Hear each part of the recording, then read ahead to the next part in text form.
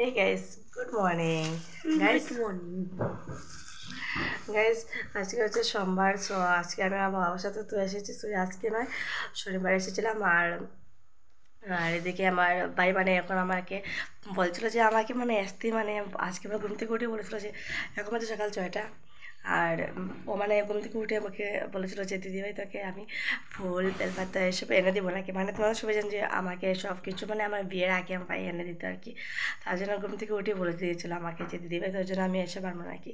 আমি যে হ্যাঁ তুই নিয়ে আয়, সব কিছু নিয়ে আয়, আমি চট্টগ্রামে করে স্নান টান করে আসে। সত্যি বলবো ভাই এসব বলে না, সত্যি মনটা একদম কেড়ে নিয়ে যায়। খুব সুন্দর কথা বলে ও। আর আসলে ও তো আমার ছোটো ভাই, তো আর আমারও সব বেশি আর কি ওর থেকে মানে ওকে একটু বেশি আর কি আদর করে। আজকে চটপট করে আমি স্নান টান করে আসি, আর চটপট করে সবাই চা খাও আর আমি চটপট করে স্নান টান করে আসে ঠাকুর দেবো। আর এদিকে আবার স্কুলে আমার এক্সাম, 9টা থেকে এক্সাম স্টার্ট। আর এদিকে ভাইয়ের তো 7:30 থেকে ক্লাস স্টার্ট। আমি আবার স্নানটা করে এসে গেলাম। আর আজকে আমি অনেক দিন পর সরি আমার একটু কাজ হয়ে গেছে আর কি। আর আজকে আমি পুরো 1 মাস পর আমি আমার ঘরে এসে আমি আমার ঠাকুরকে দেবো। আর আমার ঘরে ঠাকুরকে দিতে আমার ভীষণ ভীষণ মানে ভালো লাগে আর কি। আচ্ছা এদিকে আমি শাড়ি পরেছি। আর শাড়ি পরতে মানে আমাকে আমার মা হেল্প করেছেন, আর তারপর বকাও দিয়েছেন। যেহেতু বড় হয়ে গেছে শাড়িটা পরা যায় না আর কি, বকাও খেয়েছি। আচ্ছা ঠিক আছে গাইস, এবার আমি ঠাকুর দিয়ে দিই। আর এদিকে আমার ভাই মানে সব কিছু আমাকে এনে দিয়েছে। এই দেখো ঠাকুরকে আবার ছোট্ট করে ঠিক করে নিই, মানে মুছে টুচে নিই আর কি। এইদিকে তো আমাকে আমার সব মানে ভাই আমাকে এনে দিয়েছে সব কিছু। আর আমাকে বলছিল যে তোর মানে এক্সাম মানে কয়টা থেকে, আমি বলছিলাম যে আমার এক্সাম সকাল মানে ডিউটি ছিল আর বিকাল তো থাকবে না। আর আমি ওকে বলছিলাম যে তোর কবে এক্সাম মানে কবে পড়ে যায় আর কি। ও বলেছে আমার যে আমার বিকাল এক্সাম মানে 12টা থেকে। আমি বলছি ঠিক আছে, তো তুই এক্সাম সুন্দর মতো একটু মন থেকে দিস, ঠিক আছে। এখন যেহেতু হাফ ইয়ারলি এক্সাম হচ্ছে, 6 মাসের কোর্স কমপ্লিট করার পরই এই এক্সামটা হয়, তার জন্য বাইকে আমি এইসব মানে বলছিলাম। এসব বলতে না বলতে ও আমাকে বলছিল যে তুই মহাপণ্ডিত, তুই এসব জান, আমার এটা সব মানে জানার দরকার নেই। মানে কি বলবো, ও এত ছোটো মানে সবসময় মানে বড় বড় মানে কথা বলবো আর কি। তারপর আমাকে বলেছিল যে তুই মানে সবসময় মানে যখনই মানে পড়াশোনার কথা যখনই উঠে না কেন তুই সবসময় আমাকে এইসব কথা বলিস, তার জন্য আমাকে তোরা বেশি ভালো লাগে না। আমি বলছিলাম হ্যাঁ তোরা তো আমি পূজার কথা পড়ার কথা বলে তো এরকম রেখে যাস, এরকম তো ঠিক নয়। আর সত্যি কথা বলো বাড়ি না একদম টোটালি পড়ার মধ্যে একদম টোটালি মন দেয় না। আই ডোন্ট নো কিউ, বাট সবসময় মানে ওইরকম মানে ও থাকে আর কি। তার জন্য মা মানে এবার বলছেন যে ঠিক আছে ও মানে ওরকে মানে এরকমও থাকতে, তোমরা যে 3 বোন পড়েছো এটাই আমার জন্য যথেষ্ট। যেহেতু পড়তে লাগবে এমন না যে পড়তে লাগবে না, ও মানে পড়তে না একদম টোটালি মন দেয় না পড়তে আর কি। ও মানে ভীষণ ভালোবাসে আর্ট করতে আর কি। ও ভীষণ ভীষণ ভীষণ ভালো লাগে আর্ট করতে। যেহেতু অনেক মানে বেশি ফুল এনে দিয়েছিল আমাকে, তার জন্য ভাইকে বলেছিলাম যে ফুল এতগুলি আনলি দেখো কী করছে। আমি ওকে বলছিলাম কী করছিস, ও বলছিল যে না আমি মিনির সাথে কথা বলছি, এরকম মিনির সাথে কথা বলছিল। মিনি মানে হচ্ছে আমাদের বেড়াল। আর এবার আমি ঝটপট করে ঠাকুরকে একটু মুছে নিই, অগুরু আর একটু জল দিয়ে ঠাকুরকে একটু মুছে মানে প্রত্যেক দিনই এরকম মুছি মানে বাসায় আর কি। আর এদিকে তো মোছা হয় না এরকম না, মানে বললাম আর কি। এদিকে কতটি যে ফুল এনেছিল। আর দেখো আমি দেখো বিড়ালটাকে খুবই সুন্দর ডাকছিল, তার জন্য ওকে আমি একটু দেখতে এসেছিলাম। এদিকে তো ঠাকুর দেওয়া পুরোপুরি কমপ্লিট হয়ে গিয়েছিলো। তারপর আমি ভাবলাম যে চলো দেখি গিয়ে মানে মা কী রান্না করছেন। আর এদিকে মা বলছেন যে তোর তো নিরামিষ সোমবার, আমি নিরামিষে রান্না করবো আজকে। আমি বলছি ঠিক আছে, নিরামিষে যেহেতু আমার অনেকে ভীষণ ভালো লাগে। আর এদিকে দেখো আমার শিবকে কতটা সুন্দর লাগছে, আমার শিবকে সবসময় এরকম সুন্দর দেখায়।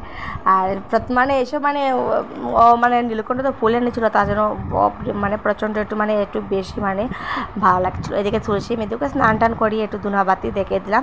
আর কেননা এখন বাজে সকাল 7টা বেজে গিয়েছে, হ্যাঁ 7টা বেজে গিয়েছে। আর এদিকে তো আমার চুলগুলো শুকাতে হবে, তারপরেই মানে স্কুলের জন্য রেডি হতে হবে। আর চুলগুলো শুকানোর পর চুলগুলো একটু বাঁধবো, বাঁধার পরই মানে আমি খাওয়াতে বসে যাব। যেহেতু রান্না বান্না অলরেডি শেষ কিনা জানটান বেশি, তবে আজকে তো সোমবার, সব ভিডিওটা আমি আজকেই মানে এডিট করে আজকেই মানে ছাড়তে হবে আমার আর কি। আজকে যেহেতু সোমবার আর কি, তার জন্য আজকে দেখি গিয়ে আবার মা কী করছেন, মা মানে দেখা যাক কী করছেন। তোমাকে একটু ধুনাবাতি দেখিয়ে দিয়ে সরে তোমাদেরকে দেখাচ্ছি না, আমি আমার বাইকে দেখাচ্ছিলাম। আচ্ছা ঠিক আছে চলো এবার দেখি মা গিয়ে কী রান্না করছে। যেহেতু আমি চুলগুলো অল্প মানে শুকিয়ে দিয়েছি, আর মানে শুকিয়ে গিয়েছে আর কি, আর অল্প মানে ভিজা রয়ে গেছিলো। এবার যত করে দেখি গিয়ে মানে মা কী করছেন, মানে মা সরি মানে মা কী রান্না করছেন আর কি। সো রান্না করে আমি এসে গেলাম, দেখলাম যে মা কতগুলি কিছু মানে প্রথম কিছু মানে রান্না করেছেন। এই দেখো এটা হচ্ছে আলু দিয়ে চানা দিয়ে আর কি একটা সবজি দিয়ে একটু মিক্স করে, আর পাঁপড় ভাজা হচ্ছিল না, তার জন্য মাকে বলেছিলাম যে পাঁপড় ভাজবে নাকি। ও মানে মা বলেছিলেন যে দুপুরে পাঁপড় খাবে, এখন যেহেতু পাঁপড় নেই। আমি তো ঠিক আছে, যেহেতু পাঁপড় একটু স্বাদ লাগে আমার, তার জন্য একটু মাকে বলেছিলাম। তারপর বলেছিলাম যে মানে আর কিছু রান্না করবে, মা বলছেন হ্যাঁ আমি এখানে শাক কেটে রেখেছি, শাকগুলো রান্না করব। আর আমি কচু শাক দেখে একদম স্ট্রেঞ্জ হয়ে গেছিলাম, আমার যেহেতু অনেক দিন পর কচু শাকটা খেতে পাচ্ছিলাম। আর আমার তো কচু শাক খেতে ভীষণ মানে ভালো লাগে, আর যেহেতু ছানা দিয়ে হোক আর কিংবা চিংড়ি মাছ দিয়ে হোক, আমার কচু শাকটা খেতে না ভীষণ ভালো লাগে আর কি। আর এদিকে তো রান্না করছিলেন মা, অনেকই সুন্দর কালার হচ্ছিলো আর খুব সুন্দর পনিরের মতো দেখাচ্ছিলো আর কি।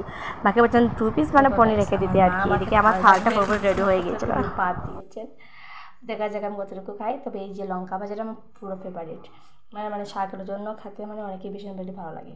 আর এদিকে এটি মানে আলু দিয়ে ছানা দিয়ে, মানে এটা তো নিরামিষ রান্না করছি না। এদিকে শাক, চলো খাওয়া যাক। আর দেরি না করে আমি ঝটপট করে খাওয়াটা মানে সেরে নেই, নইলে আমার তো মুখে কিন্তু জল এসে গিয়েছিল, মানে এতদিন পরে মা রান্নাটা খাবো। আর এদিকে মা বলেছিলেন যে মানে বাটটা বেশি হয়ে গেছে নাকি, বলছে হ্যাঁ গো মা বাটটা আমাকে প্রচণ্ড একটু বেশি দিয়ে দিয়েছো। আচ্ছা ঠিক আছে, কিছু হবে না, আমি যতটুকু খাবো যতটুকু রয়ে যাবে আর কি। এদিকে শাক দিয়ে খাচ্ছিলাম, তো যেহেতু শাকটা আমার ভীষণ মানে এত স্বাদ লেগেছিলো কী বলবো। এদিকে লঙ্কা ভাজা দিয়ে খাচ্ছিলাম, আমার মানে ভীষণ ভালো লেগেছিলো আর কি।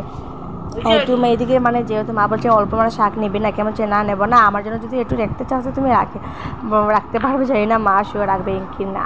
তবে এইসব খেতে আমার প্রচণ্ড ভীষণ ভালো লাগেছিলো। আচ্ছা ঠিক আছে, আবার চটপট করে খাওয়া দাওয়াটা সেরে নিই। সেরার পরে মানে এদিকে আমার তো স্কুলের জন্য রেডি হতে হবে। আর এদিকে ভাই আর দেবীও খাচ্ছিলো, মানে এক ভাত একটু সাইডে খাচ্ছিলো। ওকে বলছিলাম যে ভাত আমার সাথে মানে একটু মানে খেয়ে দেখ কীরকম হয়েছে। অবশ্য যে না আমি আমার জায়গায় ঠিক আছি, বাট তুই একটু আমাকে খাইয়ে দে। তার জন্য ভাইকে আমি একটু খাইয়ে দিয়েছিলাম। মানে ভিডিওর মধ্যে তো আসবে না, তোমরা সবাই জানো। আর প্রথমে তো তোমরা সবাই দেখেছো যে ও মানে আমার গুড মর্নিং বলার প্রতি মানে ও একবার গুড মর্নিং বলে দিয়েছিলো।